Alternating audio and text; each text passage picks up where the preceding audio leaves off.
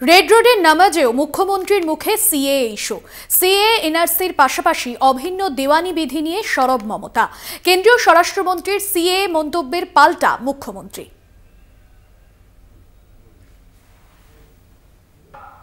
ममता दीदी बंगाल के लोगों को गुमराह कर रही, ये कह रही है कि आपने एप्लीकेशन किया तो आपका नागरिकता चला जाएगा।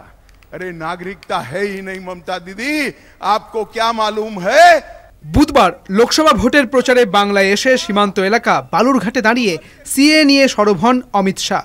মমতাকে নিশানা করে কেন্দ্রীয় স্বরাষ্ট্রমন্ত্রীর দাবি, বাংলায় অনেক ভোটারই আদতে নাগরিক নন। বৃহস্পতিবার রেড রোডে ঈদের নামাজ থেকে অমিত শাহের এই বক্তব্যের জবাব দিলেন মুখ্যমন্ত্রী। আগামী দিনে আপনারাই থাকবেন না বলে নাগরিকত্ব ইস্যুতে কেন্দ্রীয় স্বরাষ্ট্রমন্ত্রীকে পাল্টা মমতার। আবার বলছে नागरिक कैसे है, तो आप पहले सोचिए कि आप नागरिक कैसे है। अगर हम नागरिक नहीं है तो आप कैसे है। जनता ने वोट दिया, आपको नागरिक बनाया, आपको बनाया, प्रधानमंत्री बनाया, चीफ मिनिस्टर बनाया, जिला परिषद बनाया, ग्राम सभा बनाया, पंचायत बनाया, म्यूनिसिपैलिटी बनाया, और आपको भी कहते हैं वो नागरिक क्या है, आप तो है ही नहीं। हम कहते हैं आने वाला दिन आप तो है ही नहीं। সিএ এনআরসি নয়, সম্প্রীতি ভ্রাতৃত্ব বজায় থাকুক। রেড রোডে ঈদের নামাজের অনুষ্ঠান থেকে বার্তা মুখ্যমন্ত্রীর। মাছের মাথাটা দেখছেন তো, ওটা হচ্ছে ক্যা, আর লেজাটা হচ্ছে এনআরসি, আর মধ্যখানে পেটিটা হচ্ছে ইউনিফর্ম সিভিল কোড।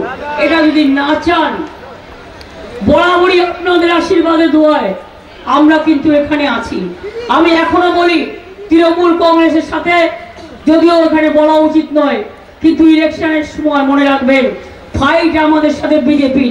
দিল্লিতে ইন্ডিয়া জোট কি করবে আমরা দেখে দেবো, কিন্তু বাংলায় আমরা লড়ছি বিজেপির সাথে। একটা ভোটও যেন অন্য কোনো দলে না যায়, তৃণমূল কংগ্রেস ছাড়া। ধর্মীয় অনুষ্ঠানের মঞ্চ থেকে মুখ্যমন্ত্রীর বার্তা নিয়ে কটাক্ষ বিজেপির। সিএ চালু হয়েছে, এনআরসি এখনো কোনো চালু হয়নি। মানুষকে বিভ্রান্ত করবেন না। ধর্মীয় অনুষ্ঠানে গিয়ে ধর্মীয় মঞ্চকে যেভাবে মুখ্যমন্ত্রী রাজনৈতিকভাবে ব্যবহার করেছেন, আজকে আমি ইসলামের যারা হত্যাকর্তা বিধাতা আছেন এই রাজ্যে, অর্থাৎ ইসলামের যারা ধর্মগুরু আছেন, তাদের কাছে আমি প্রশ্নটা তুলে দিতে চাই যে একটি ধর্মীয় মেহফিল যেখানে, সেই ধর্মীয় সভাতে একজন রাজনীতিবিদ এইভাবে কথা বলতে পারে, একজন মুখ্যমন্ত্রী কি এই কথা বলতে পারেন? ভোটের আগে সংখ্যালঘু সম্প্রদায়ের মন পেতে দিল্লির জুমলা সরকার মুসলিম নেতাদের ফোন করছে বলেও কটাক্ষ মুখ্যমন্ত্রীর। রিয়া মাজির রিপোর্ট, কলকাতা টিভি।